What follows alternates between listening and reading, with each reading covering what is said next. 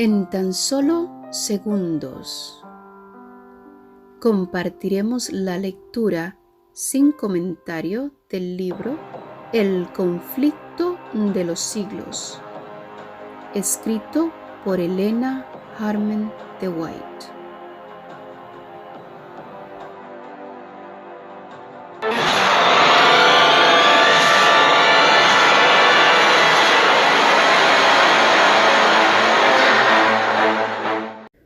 Oh, si también tú conocieses, a lo menos en este tu día, lo que toca a tu paz.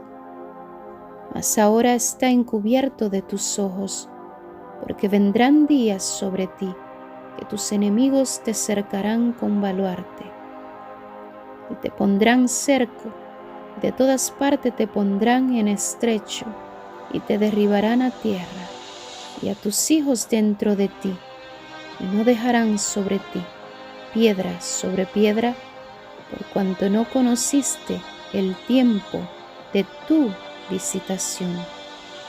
Lucas capítulo 19, verso 42 al 44.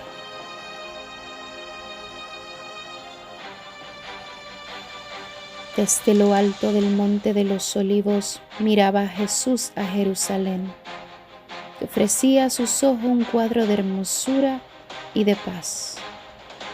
Era tiempo de Pascua, y de todas las regiones del orbe, los hijos de Jacob se habían reunido para celebrar la gran fiesta nacional.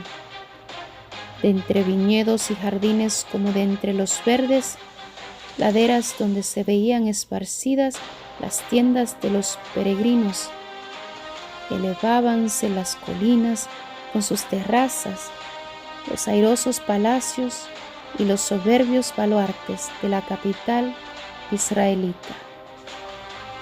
La hija de Sión parecía decir en su orgullo: estoy sentada reina y nunca veré el duelo.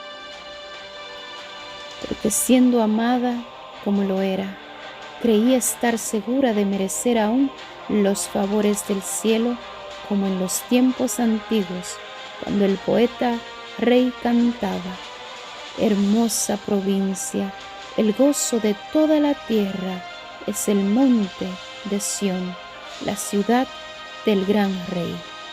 Salmos 48, verso 2.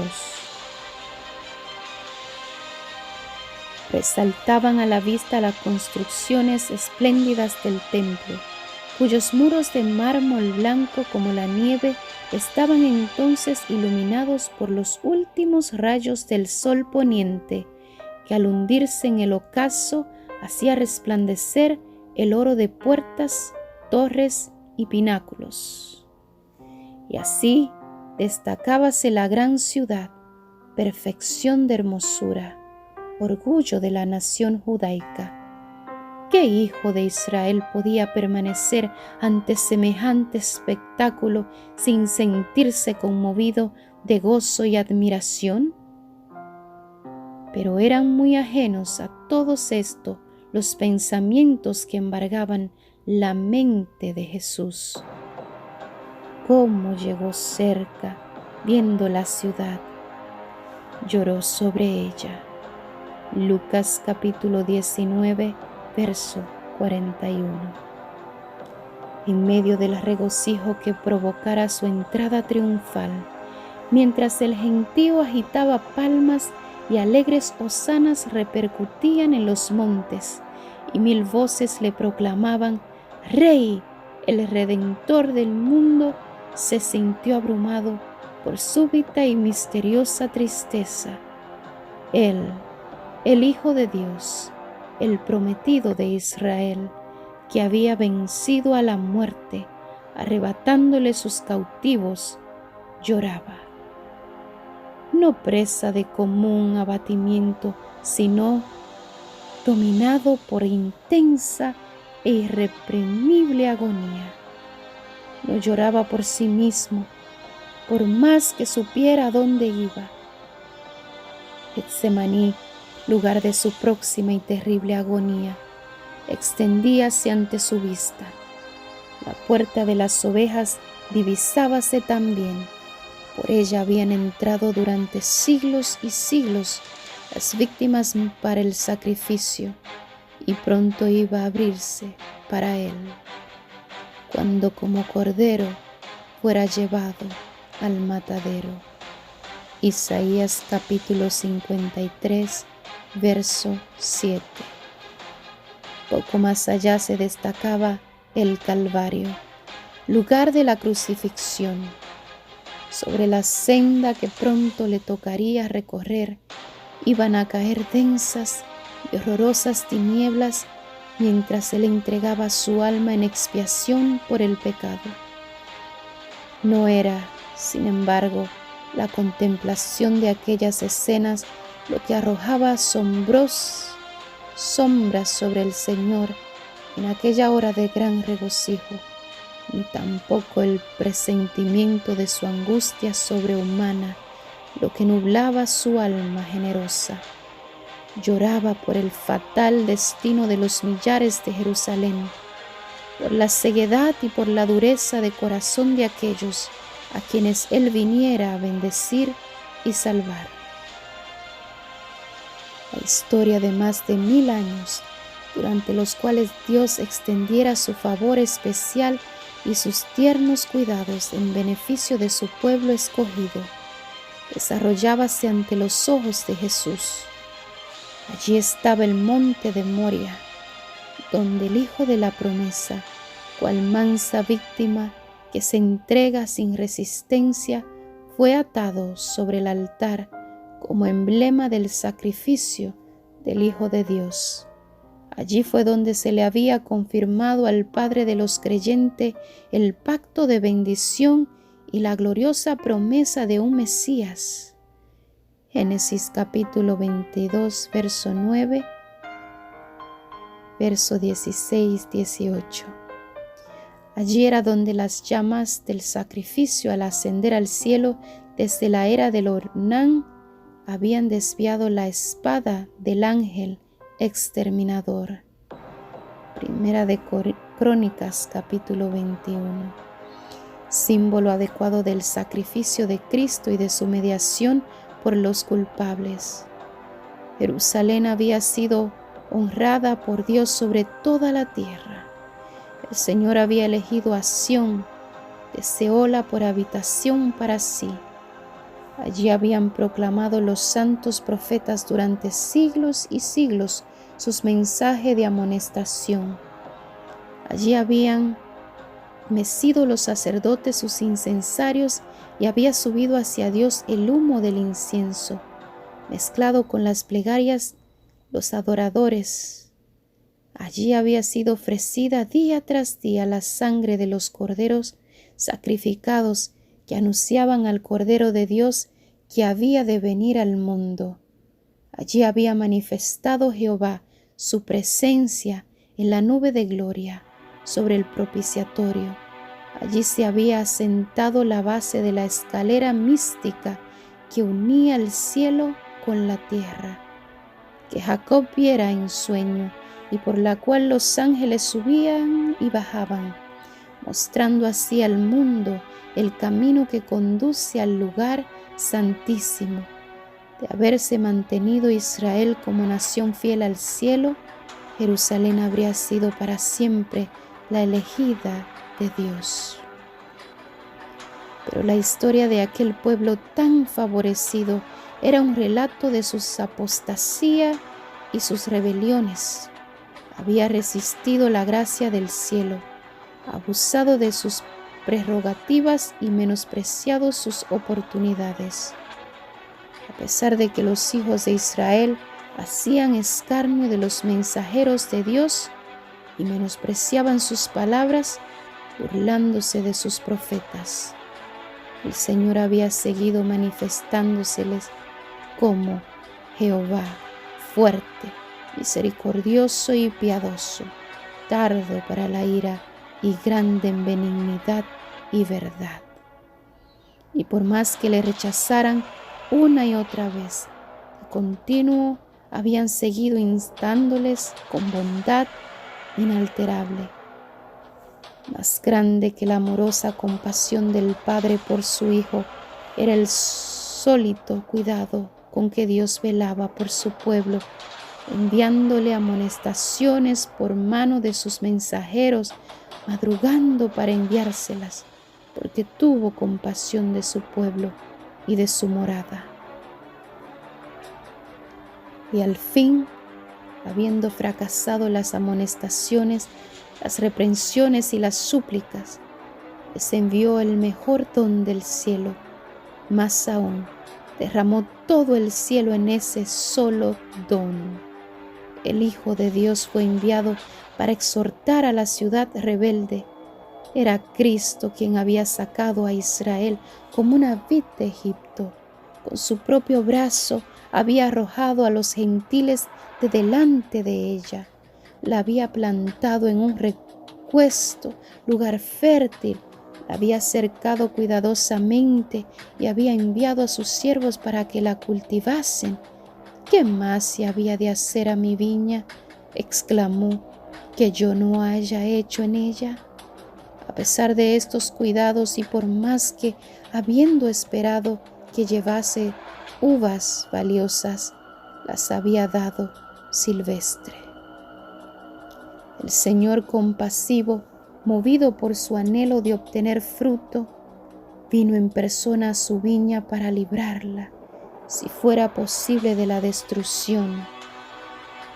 La labró con esmero, la podó y la cuidó. Fue incansable en sus esfuerzos para salvar aquella viña que él mismo había plantado. Durante 3 años, el Señor de la luz y de la gloria estuvo yendo y viniendo entre su pueblo. Anduvo haciendo bienes y sanando a todos los oprimidos del diablo, curando a los de corazón quebrantado, poniendo en libertad a los cautivos, dando vista a los ciegos, haciendo andar a los cojos y oír a los sordos, limpiando a los leprosos, resucitando muertos y predicando el evangelio a los pobres, a todas las clases sociales por igual. Dirigía el llamamiento de gracia: venid a mí, todos los que estáis trabajados y cargados, que yo os haré descansar. Jamás fue rechazado ninguno de los que se acercaron a él en busca de su gracia. Errante y sin hogar, sufriendo cada día oprobio y penurias, solo vivió para ayudar a los pobres, aliviar a los agobiados y persuadirlos a todos a que aceptasen el don de vida. Los efluvios de la misericordia divina eran rechazados por aquellos corazones endurecidos y reacios, pero volvían sobre ellos con más vigor. Impulsado por la augusta compasión y por la fuerza del amor que sobrepuja a todo entendimiento, Israel empero se alejó de él, apartándose así de su mejor amigo y de su único auxiliador. Su amor fue despreciado, rechazados sus dulces consejos y ridiculizadas sus cariñosas amonestaciones. La hora de esperanza y de perdón transcurrió rápidamente. La copa de la ira de Dios, por tanto tiempo contenida, estaba casi llena. La nube que había ido formándose a través de los tiempos de apostasía y rebelión, veíase ya negra, cargada de maldiciones, próxima a estallar sobre un pueblo culpable, y el único que podía librarle de su suerte fatal inminente había sido menospreciado, escarnecido y rechazado, y en breve lo iban a crucificar. Cuando el Cristo estuviera clavado en la cruz del Calvario, ya habría transcurrido para Israel su día como nación favorecida y saciada de las bendiciones de Dios. La pérdida de una sola alma se considera como una calamidad infinitamente más grande que la de todas las ganancias y todos los tesoros de un mundo. Pero mientras Jesús fijaba su mirada en Jerusalén, veía la ruina de toda una ciudad, de todo un pueblo, de aquella ciudad y de aquel pueblo que había sido elegidos de Dios, su especial tesoro. Los profetas habían llorado la apostasía de Israel y lamentado las terribles desolaciones con que fueron castigadas sus culpas. Jeremías deseaba que sus ojos se volvieran manantiales de lágrimas para llorar día y noche por los muertos de la hija de su pueblo y por el rebaño del Señor que fue llevado cautivo. Jeremías capítulo 9, verso 1, capítulo 13 y 17. ¿Cuál no sería entonces la angustia de aquel cuya mirada profética abarcaba no unos pocos años, sino muchos siglos? Veía al ángel exterminador blandear su espada sobre la ciudad que por tanto tiempo fuera morada de Jehová. Desde la cumbre del monte de los olivos, en el lugar mismo que más tarde iba a ser ocupado por Tito y sus soldados, miró a través del valle los atrios y pórticos sagrados. Con los ojos nublados por las lágrimas, vio en horroroso anticipo los muros de la ciudad circundados por tropas extranjeras. Oyó el estrépito de las legiones que marchaban en son de guerra y los tristes lamentos de las madres y de los niños que lloraban por pan en la ciudad sitiada. Vio el templo santo y hermoso, los palacios y las torres devorados por las llamas, dejando en su lugar tan solo un montón de humeantes ruinas. Cruzando los siglos con la mirada, vio al pueblo del pacto disperso en toda la tierra, como náufragos en una playa desierta. En la retribución temporal que estaba por caer sobre sus hijos, vio como el primer trago de la copa de la ira que en el juicio final aquel mismo pueblo deberá apurar hasta las heces. La compasión divina y el sublime amor de Cristo hallaron su expresión en estas lúgubres palabras: Jerusalén, Jerusalén, que matas a los profetas y apedreas a los que son enviados a ti. Cuántas veces quise juntar tus hijos como las gallinas juntan sus pollos debajo de las alas, y no quisiste. Mateo capítulo 23, verso 37. Oh, si tú, nación favorecida entre todas, hubieras conocido el tiempo de tu visitación y lo que atañe a tu paz. Yo detuve al ángel de justicia y te llamé al arrepentimiento, pero en vano. No rechazaste tan solo a los siervos, ni despreciaste tan solo a los enviados y profetas, sino al Santo de Israel, tu Redentor. Si eres destruida, tú sola tienes la culpa. No queréis venir a mí para que tengáis vida. Juan capítulo 5, verso 40. Cristo vio en Jerusalén un símbolo del mundo endurecido en la incredulidad y rebelión que corría presuroso a recibir el pago de la justicia de Dios. Los lamentos de una raza caída oprimían el alma del Señor y le hicieron prorrumpir en esas expresiones de dolor. Vio además las profundas huellas del pecado marcadas por la miseria humana con lágrimas y sangre. Su tierno corazón se conmovió de compasión infinita por las víctimas de los padecimientos y aflicciones de la tierra. Anheló salvarlos a todos, pero ni aun su mano podía desviar la corriente del dolor humano que del pecado dinama. Pocos buscarían la única fuente de salud. Él estaba dispuesto a derramar su misma alma hasta la muerte y poner así la salvación al alcance de todos, pero muy pocos iban a acudir a Él para tener vida eterna. Mirad al Rey del cielo derramando copioso llanto. Ved al Hijo del Dios infinito turbado en espíritu y doblegado bajo el peso del dolor.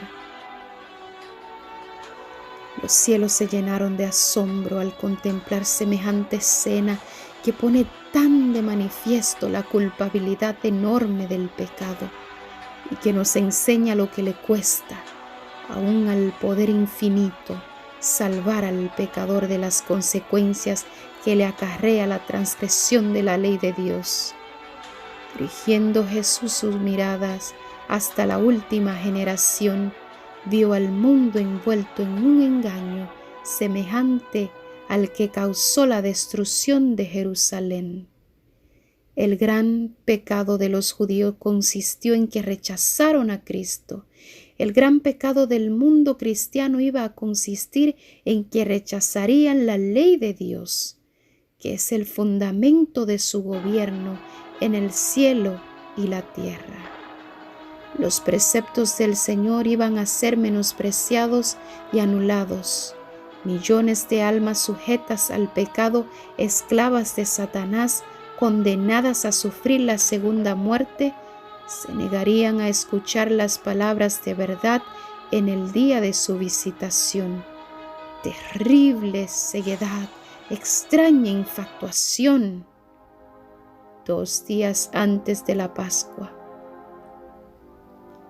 cuando Cristo se había despedido ya del templo por última vez, después de haber denunciado públicamente la hipocresía de los príncipes de Israel, volvió al monte de los Olivos, acompañado de sus discípulos, y se sentó entre ellos en una ladera cubierta de blando césped, dominando con la vista la ciudad. Una vez más contempló sus muros, torres y palacios. Una vez más miró el templo, que en su deslumbrante esplendor parecía una diadema de hermosura que coronara el sagrado monte. 1000 años antes, el salmista había magnificado la bondad de Dios hacia Israel, porque había escogido aquel templo como su morada. En Salem está su tabernáculo, y su habitación en Sión. Escogió la tribu de Judá, el monte de Sión, al cual amó, y edificó su santuario a manera de eminencia. Salmo 76, verso 2 y Salmo 78, versos 68 y 69. El primer templo había sido erigido durante la época de mayor prosperidad en la historia de Israel. Vastos almacenes fueron construidos para contener los tesoros que con dicho propósito acumulara el rey David. Los planos para la edificación del templo fueron hechos por inspiración divina. En Primera de Crónicas, capítulo 28, verso 12 al 19, leemos la historia. Salomón, el más sabio de los monarcas de Israel, completó la obra. Este templo resultó ser el edificio más soberbio que este mundo haya visto. No obstante, el Señor declaró por boca del profeta Ageo, refiriéndose al segundo templo: mayor será la gloria postrera de esta casa que la gloria anterior. Sacudiré todas las naciones y vendrá el deseado de todas las naciones, y llenaré esta casa de gloria, dice Jehová de los ejércitos. Ageo capítulo 2, verso 9 al 7. capítulo 7. Después de su destrucción por Nabucodonosor, el templo fue reconstruido unos 5 siglos antes del nacimiento de Cristo por un pueblo que tras largo cautiverio había vuelto a su país asolado y casi desierto. Había entonces en Israel algunos hombres muy ancianos que habían visto la gloria del templo de Salomón y que lloraban al ver el templo nuevo que parecía tan inferior al anterior. El sentimiento que dominaba entre el pueblo nos es fielmente descrito por el profeta cuando dice: ¿Quién ha quedado entre vosotros que haya visto esta casa en su primera gloria? ¿Y cuál ahora la veis? ¿No es ella como nada delante de vuestros ojos? Entonces fue dada la promesa de que la gloria del segundo templo sería mayor que la del primero. Pero el segundo templo no igualó al primero en magnificencia, ni fue santificado por las señales visibles de la presencia divina con que lo fuera el templo de Salomón. Ni hubo tampoco manifestaciones de poder sobrenatural que diera realeza a su dedicación. Ninguna nube de gloria cubrió el santuario que acababa de ser erigido. No hubo fuego que descendiera del cielo para consumir el sacrificio sobre el altar. La manifestación divina no se encontraba ya entre los querubines en el lugar santísimo. Ya no estaban allí el arca del testimonio, ni el propiciatorio, ni las tablas de la ley. Ninguna voz del cielo se dejaba oír para revelar la voluntad del Señor al sacerdote que preguntaba por ella.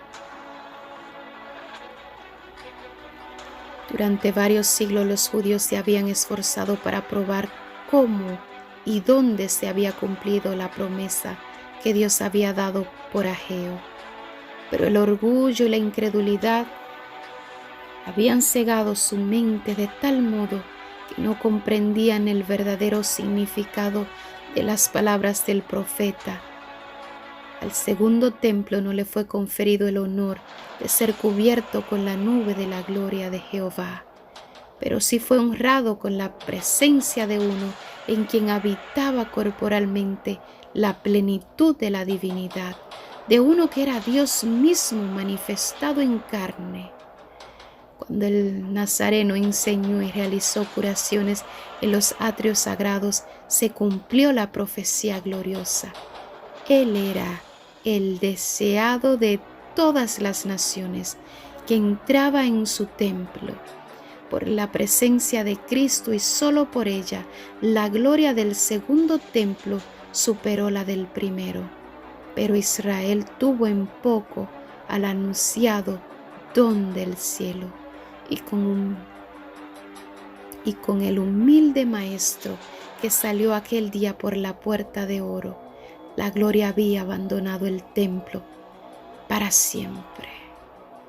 Así se cumplieron las palabras del Señor que dijo: He aquí vuestra casa os he dejada desierta. Mateo 23, verso 38. Los discípulos se habían llenado de asombro y hasta de temor al oír las predicciones de Cristo respecto de la destrucción del templo, y deseaban entender de un modo más completo el significado de sus palabras.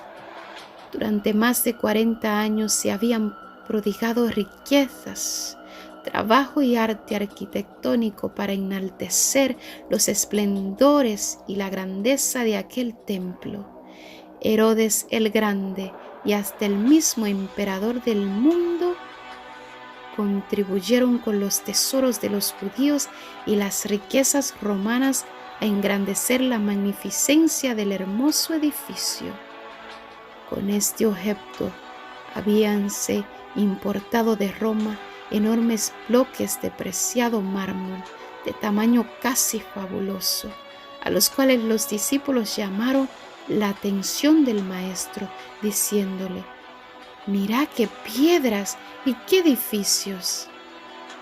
Pero Jesús contestó con estas solemnes y sorprendentes palabras: de cierto os digo que no será dejada aquí piedra sobre piedra que no sea destruida.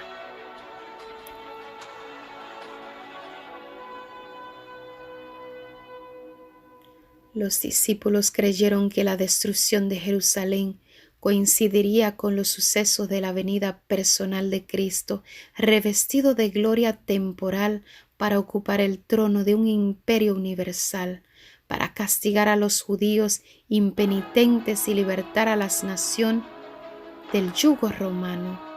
Cristo le había anunciado que volvería, y por eso, al oírle predecir los juicios que amenazaban a Jerusalén, se figuraron que ambas cosas sucederían al mismo tiempo. Al reunirse en derredor del Señor en el monte de los Olivos, le preguntaron: ¿cuándo serán estas cosas? ¿Y qué señal habrá de tu venida y del fin del mundo? Lo porvenir les era misericordiosamente velado a los discípulos. De haber visto con toda claridad esos dos terribles acontecimientos futuros, los sufrimientos del Redentor y de su muerte, y la destrucción del templo y de la ciudad, los discípulos hubieran sido abrumados por el miedo y el dolor. Cristo le dio un bosquejo de los sucesos culminantes que habrían de desarrollarse antes de la consumación de los tiempos. Sus palabras no fueron entendidas plenamente entonces, pero su significado iba a aclararse a medida que su pueblo necesitase la instrucción contenida en esas palabras. La profecía del Señor entrañaba un doble significado. Al par que anunciaba la ruina de Jerusalén, presagiaba también los horrores del gran día final. Jesús declaró a los discípulos los castigos que iban a caer sobre la apóstata Israel, y especialmente los que debería sufrir por haber rechazado y crucificado al Mesías. Iban a producirse señales inequívocas, precursoras del espantoso desenlace. La hora ciega llegaría presta y repentinamente, y el Salvador advirtió a sus discípulos: por tanto, cuando viereis la abominación del asolamiento que fue dicha por Daniel, profeta, que estará en el lugar santo, el que lee entienda. Entonces los que están en Judea huyan a los montes. Mateo 24, versos 15 y 16. Tan pronto como los estandartes del ejército romano idólatra fuesen clavados en el suelo sagrado, que se extendía varios estadios más allá de los muros, los creyentes en Cristo debían huir a un lugar seguro. Al ver la señal preventiva, todos los que quisieran escapar debían hacerlo sin tardar. Tanto en tierra de Judea como en la propia ciudad de Jerusalén, el aviso de la fuga debía ser aprovechado en el acto. Todo el que se hallase en aquel instante en el tejado de su casa no debía entrar en ella, ni para tomar consigo los más valiosos tesoros. Los que trabajaran en el campo y en los viñedos no debían perder tiempo en volver por las túnicas que se hubiesen quitado para sobrellevar mejor el calor y la faena del día. Todos debían marcharse sin tardar si no querían verse envueltos en la ruina general. Durante el reinado de Herodes, la ciudad de Jerusalén no solo había sido notablemente embellecida, sino también fortalecida. Se erigieron torres, muros y fortalezas que, unidos a la ventajosa situación topográfica del lugar, la hacían aparentemente inexpugnable. Si en aquellos días alguien hubiese predicho públicamente la destrucción de la ciudad, sin duda habría sido considerado cual lo fuera Noé en su tiempo, como alarmista insensato. Pero Cristo había dicho: el cielo y la tierra pasarán, mas mis palabras no pasarán. Mateo 24, verso 35. La ira del Señor se había declarado contra Jerusalén y a causa de sus pecados, y su obstinada incredulidad hizo inevitable su condenación. El Señor había dicho por el profeta Miqueas: oíd ahora esto, cabezas de la casa de Jacob y capitanes de la casa de Israel, que abomináis el juicio y pervertís todo el derecho, que edificáis a Sión con sangre y a Jerusalén con injusticia. Sus cabezas juzgan por cohecho y sus sacerdotes enseñan por precio, y sus profetas adivinan por dinero. Y apóyense en Jehová, diciendo: ¿no está Jehová entre nosotros? ¿No vendrá mal sobre nosotros? Miqueas capítulo 3, verso 9 al 11.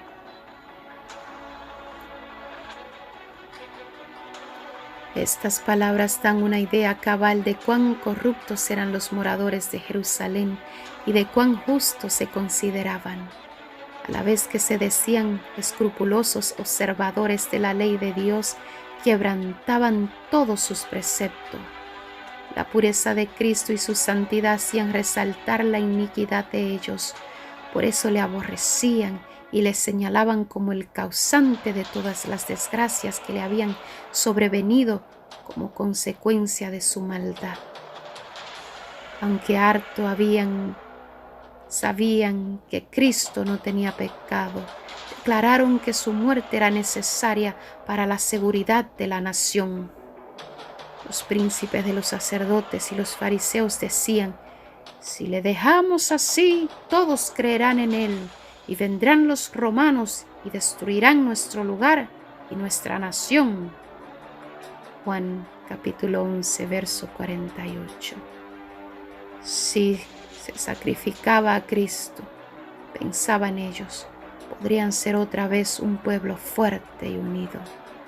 Así discurrirían y convinieron con el sumo sacerdote en que era mejor que uno muriera y no que la nación entera se perdiese.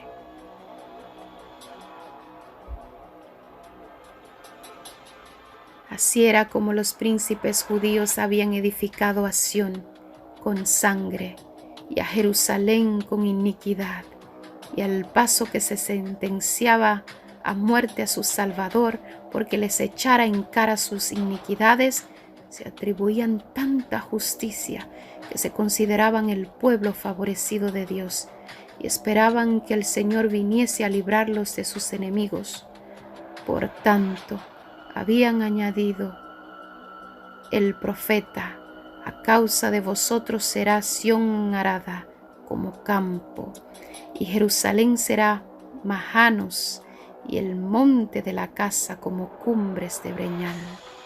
Miqueas capítulo 3, verso 12. Dios aplazó sus juicios sobre la ciudad y la nación hasta cosa de 40 años después que Cristo hubo anunciado el castigo de Jerusalén. Admirable fue la paciencia que tuvo Dios con los que rechazaran su evangelio y asesinaran a su Hijo. La parábola de la higuera estéril representa el trato bondadoso de Dios con la nación judía. Ya había sido dada la orden: cortala, porque ocupará aún la tierra. Lucas capítulo 13, verso 7. Pero la divina misericordia la preservó por algún tiempo. Había todavía muchos judíos que ignoraban lo que había sido el carácter y la obra de Cristo, y los hijos no habían tenido las oportunidades ni visto la luz que sus padres habían rechazado. Por medio de la predicación de los apóstoles y de sus compañeros, Dios iba a hacer brillar la luz sobre ellos para que pudiese ver cómo se habían cumplido las profecías, no únicamente las que se referían al nacimiento y vida del Salvador, sino también las que anunciaban su muerte y su gloriosa resurrección. Los hijos no fueron condenados por los pecados de sus padres, pero cuando conociendo ya plenamente la luz que fuera dada a sus padres, rechazaron la luz adicional que a ellos mismos les fuera concedida, entonces se hicieron cómplices de las culpas de los padres y colmaron la medida de su iniquidad. La longanimidad de Dios hacia Jerusalén no hizo sino confirmar a los judíos en su terca impenitencia. Por el odio y la crueldad que manifestaron hacia los discípulos de Jesús, rechazaron el último ofrecimiento de misericordia. Dios le retiró entonces su protección y dio rienda suelta a Satanás y a sus ángeles, y la nación cuyo bajo el dominio del caudillo que ella misma se había elegido, sus hijos menospreciaron la gracia de Cristo, que los habría capacitado para subyugar sus malos impulsos, y esto los vencieron. Satanás despertó las más fieras y desagradadas pasiones de sus almas. Los hombres ya no razonaban, completamente dominados por sus impulsos y su ira ciega. En su crueldad se volvieron satánicos, tanto en la familia como en la nación, en las clases bajas como en las clases superiores del pueblo. No reinaban más que la sospecha, la envidia, el odio, el altercado, la rebelión y el asesinato. No había seguridad en ninguna parte. Los amigos y parientes se hacían traición unos a otros. Los padres mataban a los hijos y esto a sus padres. Los que gobernaban al pueblo no tenían poder para gobernarse a sí mismos. Las pasiones más desordenadas los convertían en tiranos. Los judíos habían aceptado falsos testimonios para condenar al Hijo inocente de Dios, y ahora las acusaciones más falsas hacían inseguras sus propias vidas. Con sus hechos habían expresado desde hacía tiempo sus deseos: quitad de delante de nosotros al Santo de Israel. Isaías capítulo 30, verso 11. Y ya dichos deseos se habían cumplido. El temor de Dios no les preocupaba más. Satanás se encontraba ahora al frente de la nación y las más altas autoridades civiles y religiosas estaban bajo su dominio. Los jefes de los bandos opuestos hacían a veces causa común para despojar y torturar a sus desgraciadas víctimas, y otras veces esas mismas facciones peleaban unas contra otras y se daban muerte sin misericordia. Ni la santidad del templo podía refrenar su ferocidad. Los fieles eran derribados al pie de los altares y el santuario era mancillado por los cadáveres de aquellas carnicerías. No obstante, en su necia y abominable presunción, los instigadores de la obra infernal declaraban públicamente que no temían que Jerusalén fuese destruida, pues era la ciudad de Dios, y con el propósito de afianzar su satánico poder, sobornaban a falsos profetas para que proclamaran que el pueblo debía esperar la salvación de Dios. Aunque ya el templo estaba sitiado por las legiones romanas. Hasta el fin, las multitudes creyeron firmemente que el Todopoderoso intervendría para derrotar a sus adversarios. Pero Israel había despreciado la protección de Dios y no había ya defensa alguna para él. Desdichada Jerusalén, mientras la desgarraban las contiendas intestinas y la sangre de sus hijos derramadas por sus propias manos, teñía sus calles de carmesí. Los ejércitos enemigos echaban a tierra sus fortalezas y mataban a sus guerreros. Todas las predicciones de Cristo acerca de la destrucción de Jerusalén se cumplieron al pie de la letra. Los judíos palparon la verdad de aquellas palabras de advertencia del Señor. Con la medida que medís, se os medirá. Mateo capítulo 7, verso 2. Aparecieron muchas señales y maravillas como síntomas precursores del desastre y de la condenación. A la medianoche una luz extraña brillaba sobre el templo y el altar. Las nubes a la puesta de sol se veía como carros y hombres de guerra que se reunían para la batalla. Los sacerdotes que ministraban de noche en el santuario eran aterrorizados por ruidos misteriosos. Temblaba la tierra y se oían voces que gritaban: ¡salgamos de aquí! La gran puerta del oriente, que por su enorme peso era difícil de cerrar entre 20 hombres y que estaba asegurada con formidables barradas de hierro afirmadas en el duro pavimento de piedras de gran tamaño, se abría a la medianoche de una manera misteriosa. Durante 7 años, un hombre recorrió continuamente las calles de Jerusalén, anunciando las calamidades que iban a caer sobre la ciudad. De día y de noche entonaba la frenética de endecha: voz del oriente, voz del occidente, voz de los 4 vientos, voz contra Jerusalén y contra el templo, voz contra el esposo y la esposa, voz contra todo el pueblo. Este extraño personaje fue encarcelado y azotado sin que exhalase una queja. A los insultos que le dirigían y a las burlas que le hacían, no contestaba sino con estas palabras: ¡ay de Jerusalén! ¡ay! ¡ay de sus moradores! Y sus tristes presagios no dejaron de oírse sino cuando encontró la muerte en el sitio que la había predicho. Ni un solo cristiano pereció en la destrucción de Jerusalén. Cristo había prevenido a sus discípulos y todos los que creyeron sus palabras esperaron atentamente las señales prometidas.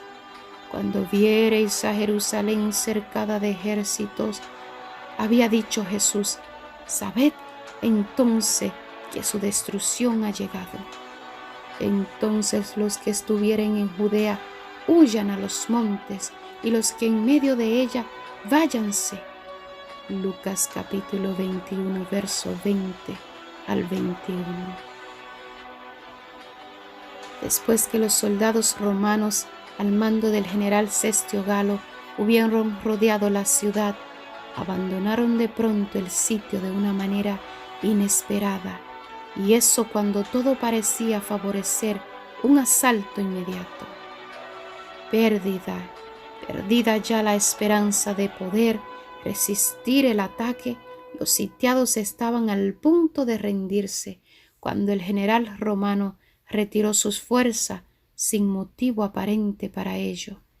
Empero la provisora misericordia de Dios había dispuesto los acontecimientos para bien de los suyos, y estaba dada la señal a los cristianos que aguardaban el cumplimiento de las palabras de Jesús, y en aquel momento se le ofreció una oportunidad que debían aprovechar para huir.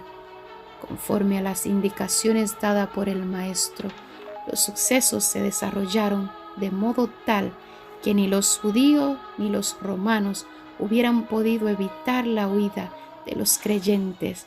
Habiéndose retirado Cestio, los judíos hicieron una salida para perseguirle, y entre tanto que ambas fuerzas estaban así empeñadas, los cristianos pudieron salir de la ciudad.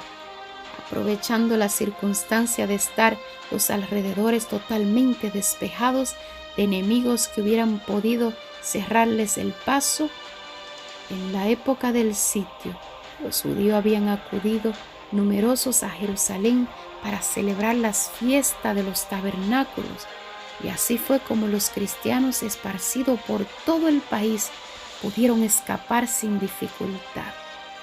Inmediatamente se encaminaron hacia un lugar seguro, la ciudad de Pela, en tierra de Perea, allende del Jordán.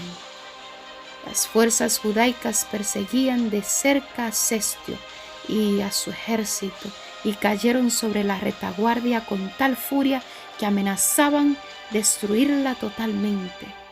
Solo a duras penas pudieron las huestes romanas cumplir su retirada. Los judíos no sufrieron más que pocas bajas y con los despojos que tuvieron volvieron en triunfo a Jerusalén. Pero este éxito aparente no les acarreó sino perjuicios, pues despertó en ello un espíritu de necia resistencia contra los romanos que no tardó en traer males incalculables a la desdichada ciudad. Espantosas fueron las calamidades que sufrió Jerusalén cuando el sitio se reanudó bajo el mandato de Tito. La ciudad fue sitiada en el momento de la Pascua, cuando millones de judíos se hallaban reunidos dentro de sus muros.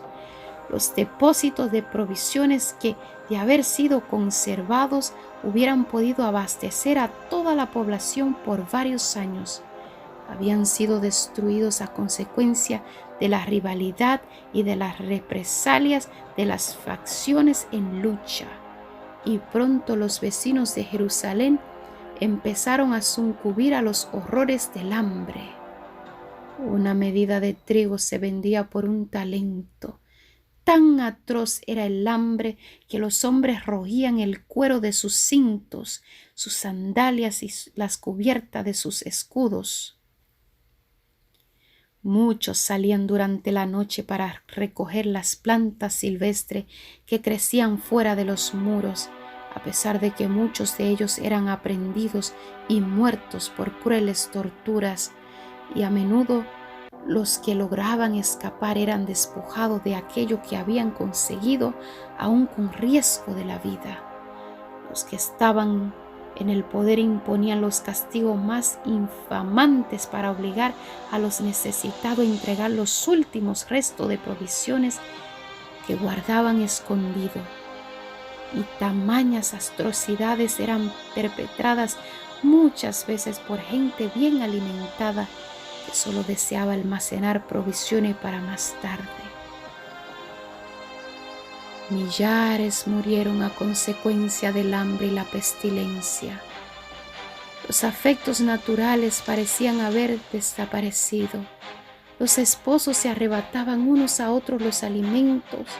Los hijos quitaban a sus ancianos padres la comida que se llevaban a la boca. Y la pregunta del profeta: ¿se olvidará acaso la mujer de su niño mamante?, recibió respuesta en el interior de los muros de la desgraciada ciudad. Tal como la diera la Santa Escritura, las misericordiosas manos de las mujeres cuecen a sus mismos hijos. Estos les sirven de comida en el quebranto de la hija de mi pueblo. Isaías capítulo 49, verso 15. Una vez más se cumplía la profecía pronunciada 14 siglos antes y que dice: la mujer tierna y delicada en medio de ti, que nunca probó asentar en tierra la planta de su pie, de pura delicadeza y ternura, su ojo será avariento para con el marido de su seno y para con su hijo y su hija, así respecto de su niño recién nacido como respecto de sus demás hijos que hubiere parido, porque ella sola los comerá ocultamente, en la falta de todo, en la premura y la estrechez con que te estrecharán tus enemigos dentro de tus ciudades. Deuteronomio capítulo 28, versos 56 y 57.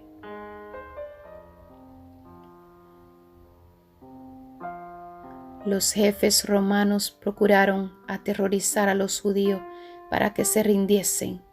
a los que eran apresados resistiendo. Los azotaban, los atormentaban y los crucificaban frente a los muros de la ciudad. Centenares de ellos eran así ejecutados cada día, y el horrendo proceder continuó hasta que a lo largo del valle del Josafat y en el Calvario se erigieron tantas cruces que apenas dejaban espacio para pasar entre ellas. Así fue castigada aquella temeraria imprecación que lanzara el pueblo en tribunal de Pilato, al exclamar: recaiga su sangre sobre nosotros y sobre nuestros hijos. Mateo capítulo 27, verso 25. De buen grado hubiera Tito hecho cesar tan terribles escenas y ahorrado a Jerusalén la plena medida de su condenación. Le horrorizaba ver los montes de cadáveres en los valles. Como obsesionado miraba desde lo alto del monte de los Olivos el magnífico templo y dio la orden de que no se tocara una sola de sus piedras antes de hacer la tentativa de apoderarse de esa fortaleza. Dirigió un fervoroso llamamiento a los jefes judíos para que no le obligasen a profanar con sangre el lugar sagrado. Si querían salir a pelear en cualquier otro sitio, ningún romano violaría la santidad del templo.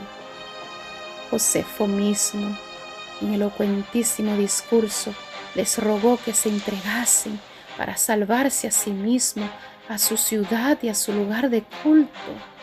Pero respondieron a sus palabras con maldiciones y arrojaron dardos a su último mediador humano mientras alegaban con ellos. Los judíos habían rechazado la súplica del Hijo de Dios y ahora cualquier otra instancia o amonestación no podía obtener otro resultado que inducirlos a resistir hasta el fin. Vanos fueron los esfuerzos de Tito para salvar el templo. Uno mayor que él había declarado que no quedaría piedra sobre piedra que no fuese derribada. La ciega obstinación de los jefes judíos y los odiosos crímenes perpetrados en el interior de la ciudad sitiada excitaron el horror y la indignación de los romanos, y finalmente Tito dispuso tomar el templo por asalto. Resolvió, sin embargo, que si era posible evitaría su destrucción, pero sus órdenes no fueron obedecidas. A la noche, cuando se había retirado a su tienda para descansar, los judíos hicieron una salida desde el templo y atacaron a los soldados que estaban afuera. Durante la lucha, un soldado romano arrojó al pórtico por una abertura un leño encendido. Inmediatamente ardieron los aposentos enmaderados de cedro que rodeaban el edificio santo. Tito acudió apresuradamente, seguido por sus generales y legionarios, y ordenó a los soldados que apagasen las llamas. Sus palabras no fueron escuchadas.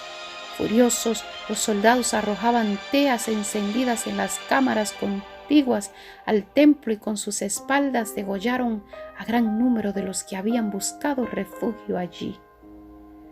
La sangre corría como agua por las gradas del templo. Miles y miles de judíos perecieron. Por sobre el ruido de las batallas se oía voces que gritaban: ¡Ichabod! ¡Ichabod! La gloria se alejó. Tito vio que era imposible contener el furor de los soldados enardecidos por la lucha, y con sus oficiales se puso a contemplar el interior del sagrado edificio. Su esplendor los dejó maravillados, y como él notase que el fuego no había llegado aún al lugar santo, hizo un postrer esfuerzo para salvarlo, saliendo precipitadamente y exhortando con energía a los soldados para que empeñasen en contener la propagación del incendio.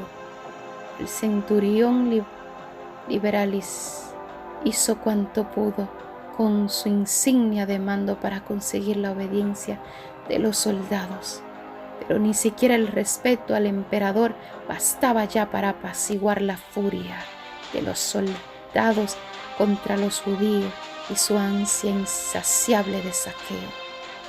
Todo lo que los soldados veían en torno suyo estaba revestido de oro y resplandecía a la luz siniestra de las llamas, lo cual les inducía a suponer que habría en el santuario tesoro de incalculable valor. Un soldado romano, sin ser visto, arrojó una tea encendida entre los cozones de la puerta y en breves instantes todo el edificio era presa de las llamas. Los oficiales se vieron obligados a retroceder ante el fuego y el humo que los cegaba, y el noble edificio quedó entregado a su fatal destino.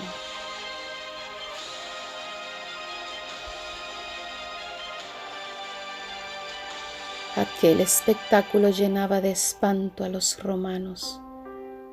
¿Qué sería para los judíos? Toda la cumbre del monte que dominaba la ciudad despedía fulgores como el cráter de un volcán en plena actividad.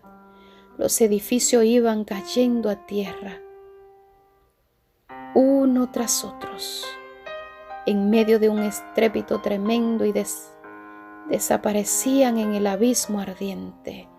Las techumbres de cedro eran como sábanas de fuego, los dorados capiteles de las columnas relucían como espigas de luz rojiza y los torreones flamados despedían espesas columnas de humo y lenguas de fuego.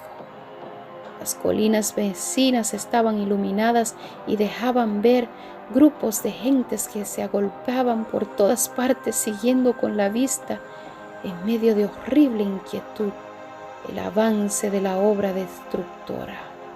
Los muros y las alturas de la ciudad estaban llenos de curiosos que ansiosos contemplaban la escena, algunos con rostros pálidos por hallarse presa de la más atroz desesperación, otros encendidos por la ira al ver su impotencia para vengarse. El tumulto de las legiones romanas que desbandadas corrían de acá para allá, y los agudos lamentos de los infelices judíos que morían entre las llamas se mezclaban con el chisporroteo del incendio y con el estrépito de los derrumbes. En los montes repercutían los gritos de espanto y los ayes de la gente que se hallaban en las alturas a lo largo de los muros de Ora. Gritos y gemidos, y aun los que morían de hambre hacían un supremo esfuerzo para lanzar un lamento de angustia y de desesperación. Dentro de los muros la carnicería era aún más horrorosa que el cuadro que se contemplaba desde afuera. Hombres y mujeres, jóvenes y viejos, soldados y sacerdotes, los que peleaban y los que pedían misericordia, todos eran desgollados en desordenada matanza. Superó el número de los asesinados al de los asesinos. Para seguir matando, los legionarios tenían que pisar sobre montones de cadáveres. Destruido el templo, no tardó la ciudad entera en caer en poder de los romanos. Los caudillos judíos abandonaron las torres que consideraban inexpulsables y Tito las encontró vacías. Contemplólas asombrado y declaró que Dios mismo las había entregado en sus manos, pues ninguna llena de guerra, por poderosa que fuera, hubiera logrado hacerle dueño de tan formidables baluartes. La ciudad y el templo fueron arrasados hasta sus cimientos. El solar sobre el cual se erigiera el santuario fue arado como campo. Jeremías capítulo 26, verso 18. En el sitio y en la mortandad que le siguió, perecieron 1,000,000 de judíos. Los padecimientos de los judíos son muchas veces representados como castigo que cayó sobre ellos por decreto del Altísimo. Así es como el gran engañador procura ocultar su propia obra.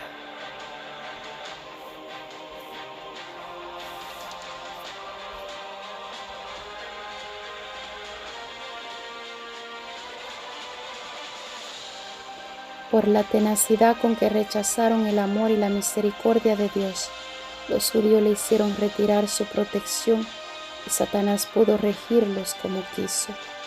Las horrorosas crueldades perpetradas durante la destrucción de Jerusalén demuestran el poder con que se ensaña Satanás sobre aquellos que ceden a su influencia. No podemos saber cuánto debemos a Cristo por la paz y la protección que disfrutamos. Es el poder restrictivo de Dios lo que impide que el hombre caiga completamente bajo el dominio de Satanás. Los desobedientes e ingratos deberían hallar un poderoso motivo de agradecimiento a Dios en el hecho de que su misericordia y clemencia hayan coartado el poder maléfico del diablo. Pero cuando el hombre traspasa los límites de la paciencia divina, ya no cuenta con aquella protección que le libraba del mal.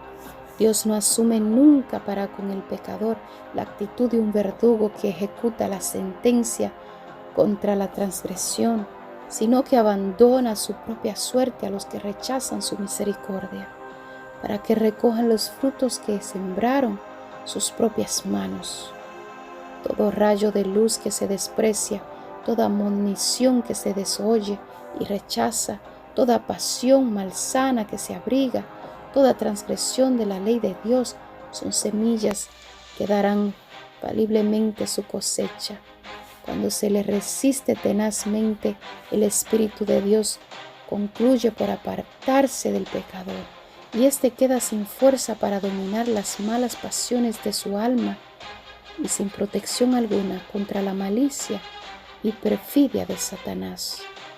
La destrucción de Jerusalén es una advertencia terrible y solemne para todos aquellos que menosprecian los dones de la gracia divina y que resisten a las tendencias de la misericordia divina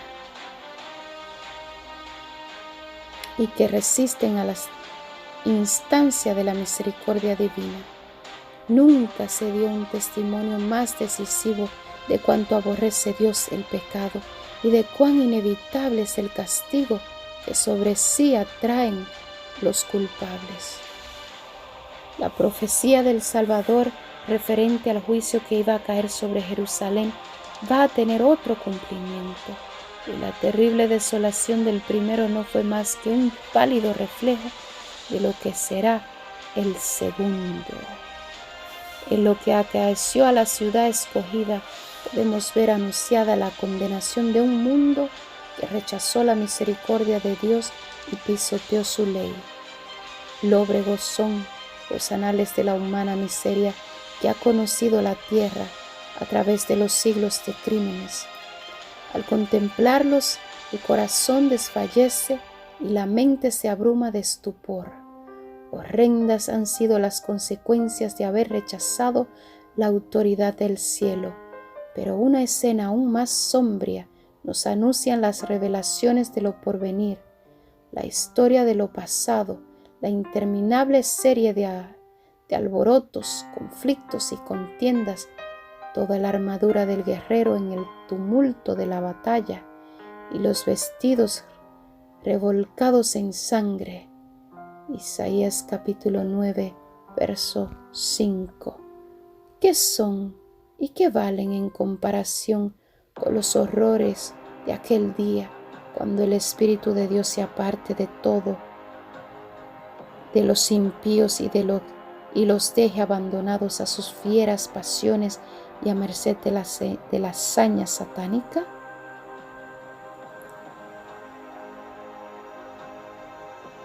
Entonces el mundo verá como nunca los vio los resultados del gobierno de Satanás. Pero en aquel día, así como sucedió en tiempos de la destrucción de Jerusalén, el pueblo de Dios será librado, porque serán salvos todos aquellos cuyo nombre estén inscrito para la vida. Isaías capítulo 4, verso 3. Nuestro Señor Jesucristo anunció que vendrá la segunda vez para llevarse a los suyos.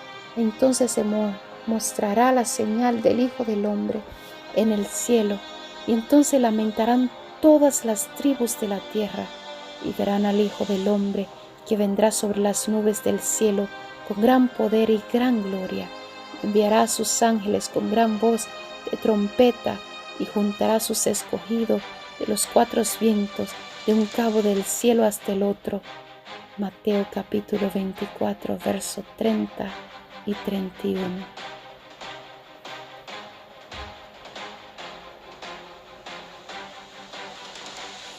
Entonces los que no obedezcan el Evangelio serán muertos con el aliento de su boca y destruidos con el resplandor de su venida. Segunda de Tesalonicenses capítulo 2, verso 8. Así como le sucedió antiguamente a Israel, los malvados se destruirán a sí mismos y perecerán víctimas de su iniquidad. Debido a su vida pecaminosa, los hombres se han apartado tanto del Señor y tanto ha degenerado su naturaleza con el mal, que la manifestación de la gloria del Señor es para ellos un fuego consumidor.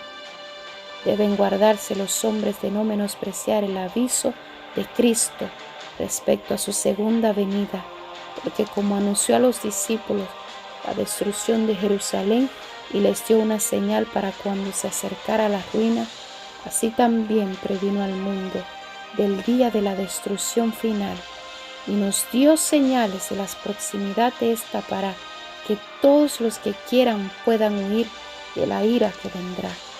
Dijo Jesús que habrá señales en el sol y en la luna y en las estrellas, y sobre la tierra angustia de naciones.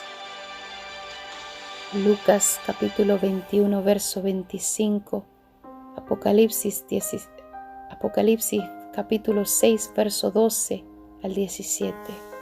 Cuando viereis todas estas cosas, sabed que está cercano a las puertas. Velad pues, es la amonestación del Señor. Los que le presten atención no serán dejados en tinieblas ni sorprendidos por aquel día. Pero los que no quieran velar serán sorprendidos, porque el día del Señor vendrá así como ladrón de noche.